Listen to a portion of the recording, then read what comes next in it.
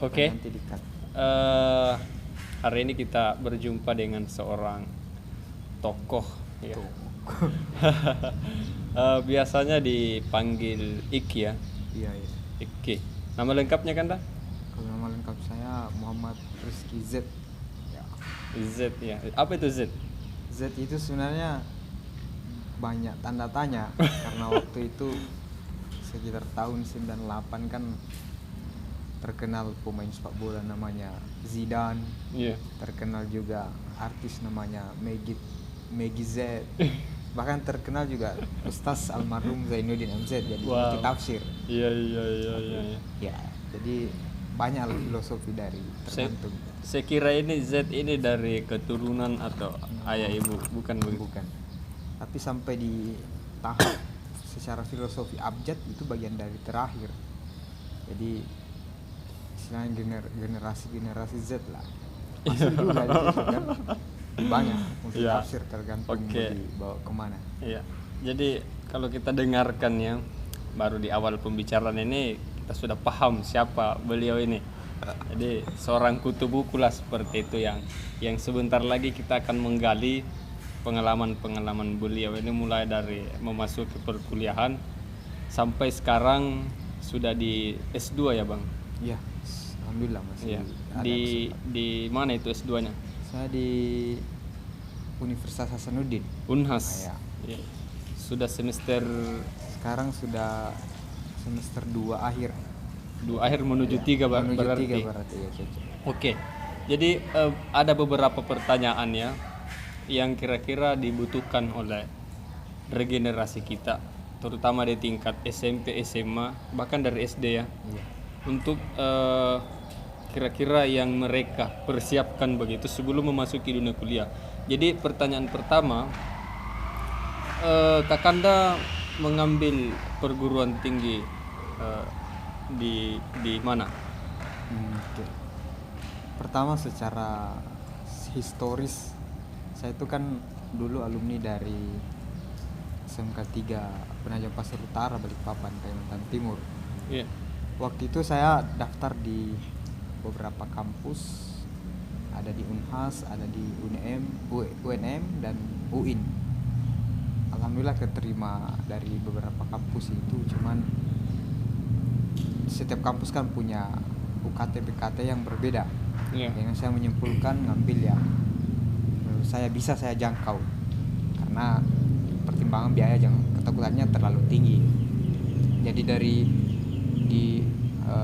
di Unhas saya ambil statistik, di UNM saya ambil matematika, di UIN saya ambil komunikasi penyiaran Islam. Dari ketiganya itu yang paling murah itu UIN saya lihat. Yang paling murah. Paling murah. Itu yang dipertimbangkan. Nah, ya. itu pertimbangannya lari ke situ. Oke. Akhirnya saya masuk di jurusan komunikasi dan penyiaran Islam. Dan singkat waktu ketika sudah masuk, sudah lulus, Iya. saya dapat informasi mengenai beasiswa.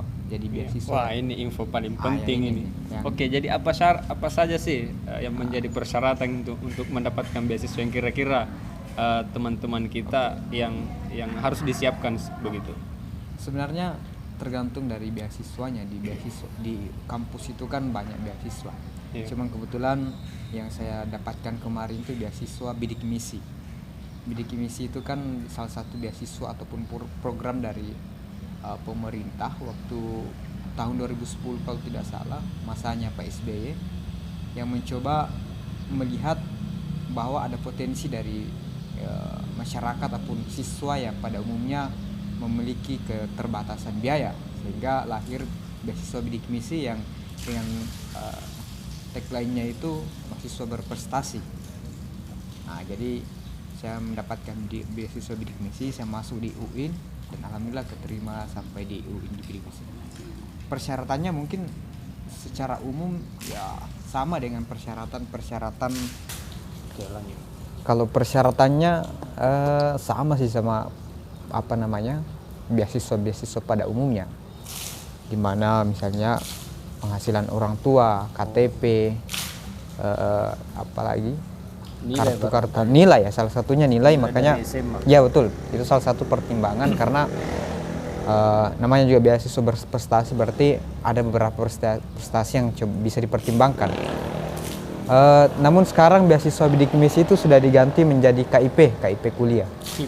KIP ya betul, KIP kuliah. Jadi kalau mau daftar ya namanya KIP sekarang. Jadi salah satu persyaratannya itu KIP itu ya ada namanya kartu Indonesia Pintar memang. Terlepas dari situ yang paling pokok juga adalah sertifikat prestasi. Kebetulan waktu itu saya dapat beberapa prestasi di sekolah saya, baik dari tingkat nasional pernah juara 1 di ada kita namanya Olimpiade Siswa Olahraga Siswa Nasional. Jadi bidang catur kemarin saya juara 1 di kabupaten kemarin. Kemudian siswa terbaik juga di sekolah pernah juga. Kemudian pernah juga dapat nilai bahasa tertinggi di seluruh di satu kabupaten itulah kira-kira. Jadi memang pantas ini Bung Iki yang mendapatkan beasiswa. Saya kira tidak juga. Mungkin karena ada ya yang penting ada usaha dan keberuntungan itu akan selalu menyertai kalau saya. Kalau ngomong-ngomong beasiswanya itu berapa sih yang didapat per semester? Per semester ya. Kalau saya per 6 bulan. Iya, per 6 bulan berarti 2 kali dalam 1 tahun. Iya. Saya dapatnya itu 6,6. Cuman kan dipotong SPP-nya itu 2,4. Jadi bersih yang kita dapat itu sekitar berapa itu? 4,2. Ya, kira-kira 4,2. Saya kira kalau untuk kebutuhan hidup saya cukup lah kira-kira kalau sebatas untuk kebutuhan. Namun bebannya juga ketika mendapatkan beasiswa tersebut kita harus punya kontribusi paling tidak untuk diri kita sendiri, karena ya tidak bisa dipungkiri bahwa di luar sana banyak penerima tapi mungkin menyalahgunakan beasiswanya itu. Maksud saya sisihkan belanja untuk buku dan sebagainya, bukan gaya-gayaan untuk ini kan, gaya-gayaan untuk gaya hidup dan sebagainya, foya-foya itu kan menyalahgunakan aset negara. Yang kalau seharusnya dipakai beli buku begitu. Ya harusnya sih begitu kalau kebutuhan kuliah. Betul harusnya begitu secara ini ya kan pertanggungjawabannya, apalagi itu kan berasal dari pajak warga negara yang senantiasa harus kita tunaikan dengan baik. Saya kira begitu. Ya, jadi biasanya kendala besar atau kendala pertama bagi calon mahasiswa, apakah itu calon mahasiswa S1 maupun mahasiswa S2, ada 2 kendala. Yang pertama ketinggalan informasi, apa solusinya. Yang kedua adalah syarat bahasa Inggris ini yang kira-kira bagaimana menurut Bung Iki? Kalau pertama soal informasi saya kira sudah tidak ada, jadi saya kira sekarang ini informasi itu bukan suatu kendala lagi, karena pasti anak-anak SMA yang dengar ini video kita ini pasti semua sudah cakap digital, sudah sering menggunakan teknologi, jadi sisa teknologinya itu dimanfaatkan untuk apa, aksesnya untuk apa, segala informasi sudah tersedia saya kira di media sosial, termasuk di Facebook, Instagram. Saya kira ya betul.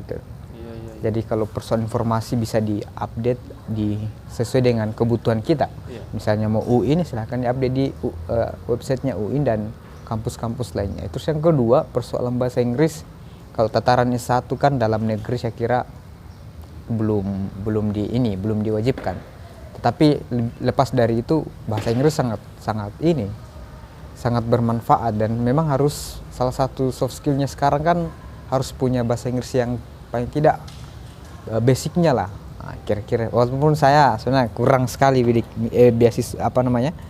bahasa Inggrisnya itu, tetapi saya anjurkan ya itu harus punya basic bahasa Inggris. Oke, pertanyaan terakhir dari saya. Sebagai kesimpulan juga, kira-kira nasihat atau pesan penting dari Bung Iki, mulai dari awal memasuki UIN, kemudian lanjut S2 di Unhas, serta pesan terkait tentang baca buku, karena sayang sekali bahkan sudah banyak yang menjadi sarjana tetapi belum menguasai dunia literasi begitu. Ya, apa pesan penting kepada generasi-generasi kita dan teman-teman kita yang menyaksikan video ini? Pertama saya itu termasuk orang yang risau ataupun resah kalau misalnya ketemu beberapa mahasiswa ataupun mahasiswi yang sangat mengabaikan literasi itu. Karena saya selalu punya punya perumpamaan seperti ini. Kalau misalnya orang tidak kuliah itu tahu itu asu itu adalah anjing, paling tidak yang kuliah itu tahu asu itu adalah anjing dan anjing itu adalah dog. Mau saya pemahaman kita lebih jauh, paling tidak satu langkah dari orang yang tidak kuliah. Walaupun secara bahasa saja. Ya, karena kalau misalnya pemahaman kita sama dengan orang yang tidak kuliah, saya kira suatu kerugian yang besar kalau kita tidak memiliki pemahaman yang lebih daripada orang yang tidak kuliah. Itu perumpamaan saya. Nah, keterkaitannya dengan bagaimana menjaga literasi, saya kira menjadi PR besar kita memang itu literasi sekarang. Namun sebelum itu perlu kita lihat apa sih sebenarnya indikator-indikator yang menyebabkan sehingga minat baca ataupun literasi kita berkurang. Ya, saya pastikan kita sepakat bahwa salah satunya adalah teknologi. Oh, iya. Teknologi itu sedemikian rupa membawa suatu pesan-pesan yang saya kira mampu begitu mudah menembus pikiran-pikiran paling tidak bagi siswa-siswa yang mahasiswa ataupun siswa-siswa yang baru begitu mudah terima informasi yang saya kira tidak mesti harus diterima dari teknologi tadi itu. Teknologi yang hadir dengan kemudahannya, kalau istilahnya budaya populer itu, apa yang kita harapkan ada semua di teknologi, ada semua di media. Jangan-jangan ini hasil bacaannya ya? Nah, kira-kira dalam buku ini ya, pertautannya seperti itu. Transpolitika, dinamika politika di dalam era virtualisasi. Contoh misalnya di dalam buku ini yang dijelaskan oleh penulisnya Yasser William, dia menjelaskan bahwa sebenarnya dalam konteks tertentu, dalam pengertian tertentu, kehidupan anak-anak itu sudah mati. Dia istilahkan The Death of the Children World yang ditulis oleh siapa namanya tadi, Dinte. Dia menuliskan bahwa konten-konten di media itu sudah membunuh karakter dari anak-anak bangsa. Wah, bagaimana luar biasa. Tontonan-tontonan yang ditampilkan itu kan secara tidak langsung mempengaruhi kebudayaan, sudut pandang dan konsep masa depan anak-anak sekarang. Jadi dia menulisnya dalam sini bahwa penghancuran masa depan anak-anak itu ya melalui teknologi tadi itu. Konten-konten yang disalurkan di media massa itu menjadi sangat berbahaya bagi anak-anak sekarang. Ini boleh jadi solusi ya, yang kita buat ini sekarang untuk mengingatkan kita istilahnya mengangkat kembali bahwa media komunikasi ini memang ada dua sisi ya, bisa dijadikan sebagai sarana atau instrumen menuju pengembangan diri dan boleh jadi untuk menghancurkan peradaban. Ya, sepakat itu. Iya. Oke, mungkin cukup sampai di sini dulu. Nanti di part berikutnya kita ketemu kembali dengan Bung Iki. Sekian, assalamualaikum warahmatullahi wabarakatuh. Waalaikumsalam warahmatullahi wabarakatuh.